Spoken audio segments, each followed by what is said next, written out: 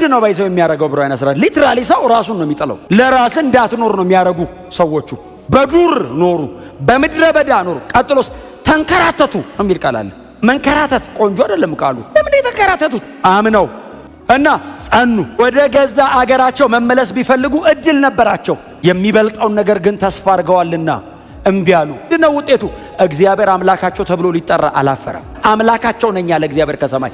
እነሱ የኔ ናቸው አለ እግዚአብሔር። በጣም እኔ ብዙ ጊዜ የምጠቀመው ቃል አለ፣ አምኖ ሞቱ የሚል ቃል። ምን ማለት ነው? አምኖ ሞቱ ሳይጨብጡ ምን እናርገው? እምነት ምን አይነት ጠንካራ ነገር ነው! ከምትነካው በላይ ያስረዳል። ይሄ መሬት እውነት እንዳልሆነ እንደሚያረጅና እንደሚያልፍ ማን ያስረዳ? እምነት። እሺ ፈርሶ ያውቃል መሬት? ገና ነው እኮ። የተጠቀለለ ሰማይና ምድር እኮ የለም፣ ገና እኮ ነው እንደሚጠቀለል እርግጠኛ ነኝ። ማን ያስረዳ? እምነት። ይሄ ሰማይና ምድር እንደተፈጠረ በእምነት፣ ዓለማት እንደተፈጠሩ በእምነት፣ ዓለማት እንደሚወገዱ በእምነት። አባቶች ወይንም እናንተ ያዛችሁ ትርጉም ሽማግሌዎቹ የተመሰከረላቸው በዚህ ነው። ፌዝ ፔስቲስ በእግዚአብሔር ላይ ፉሊ ይደገፋሉ።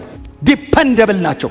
ወዳቂ ምንም ይበላቸው ምን የፈለገውን ነገር ይበላቸው መሬቱ። እግዚአብሔር ካለ አለ። ለምን አገለውም? ይሞትልሃል ያለኝ ይሄንን ነው። ብትገለው እንደሚያስነሳኝ አውቃለሁ እያለ ነው የሚሞተው። እየሞተ ትንሣኤ ሙታን አለ ይልሃል። ተስፋ ነው የሚያስቆርጥ ባይዘው። ሰውን ገለ ካላሸነፍከው ስትገለው ደስ ይለዋል። አንተ ሞት እገልሃለሁ ስትል እኮ ሰው ደንገጥ ይላል። እገልሃለሁ ስትለው ያስነሳኛል።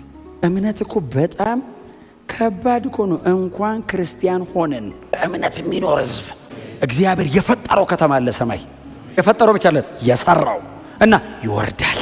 ምሰሉት የተባለው ይሄንን ነው። ይሄን ሰውዬ በትጋት ነው መሬት ላይ የሚሰራው። አብርሃም ባለጠጋ ነበር ባይዘው።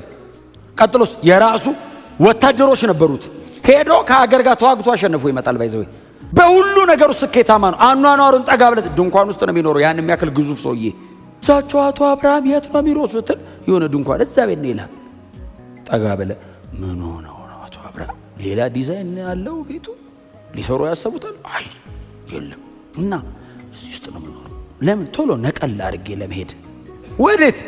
እግዚአብሔር የሰራት ከተማ አለች። ይሄን እኔ ነኝ የሰራሁት። ያን እግዚአብሔር ነው የሰራው። ይሄን እኔ ነኝ መጥቼ ሰፍሬበት አገር ያረኩት። ያኛውን እኔ አይደለም የምሰፍርበት። እግዚአብሔር የሚኖርበት አገር አለ። የፈጠረው ደግሞ የሰራው እግዚአብሔር የገነባው እግዚአብሔር ኮንስትራክት ያደረገው ቢውልድ ያደረገው ማለት ነው።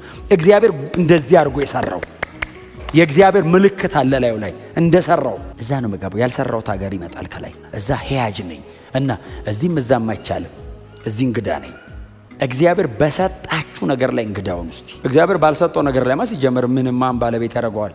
የሰጠህ ነገር ላይ አንግዳ አይ ሄያጅ ነኝ እናቸው ነው። ሄያጅ ምሰል በሉት። ጠጋ ብለው ቁጭ በል ዳር ላይ ተቀምጣችሁ ጠጋ በል እንጂ ምንድነው የምትሄድ ነው የምትመስለው? ምሰሉ። ወጣ ብላችሁ ቁጭ በሉ። በጣም አትመቻችሁ። የሚመጣ ጌታ ከሰማይ አለ። የተሰራ ከተማ ይጠብቀናል። አባቶቻችን ይህንን ያመኑት። እናንተ በእምነት ምሰሏቸው።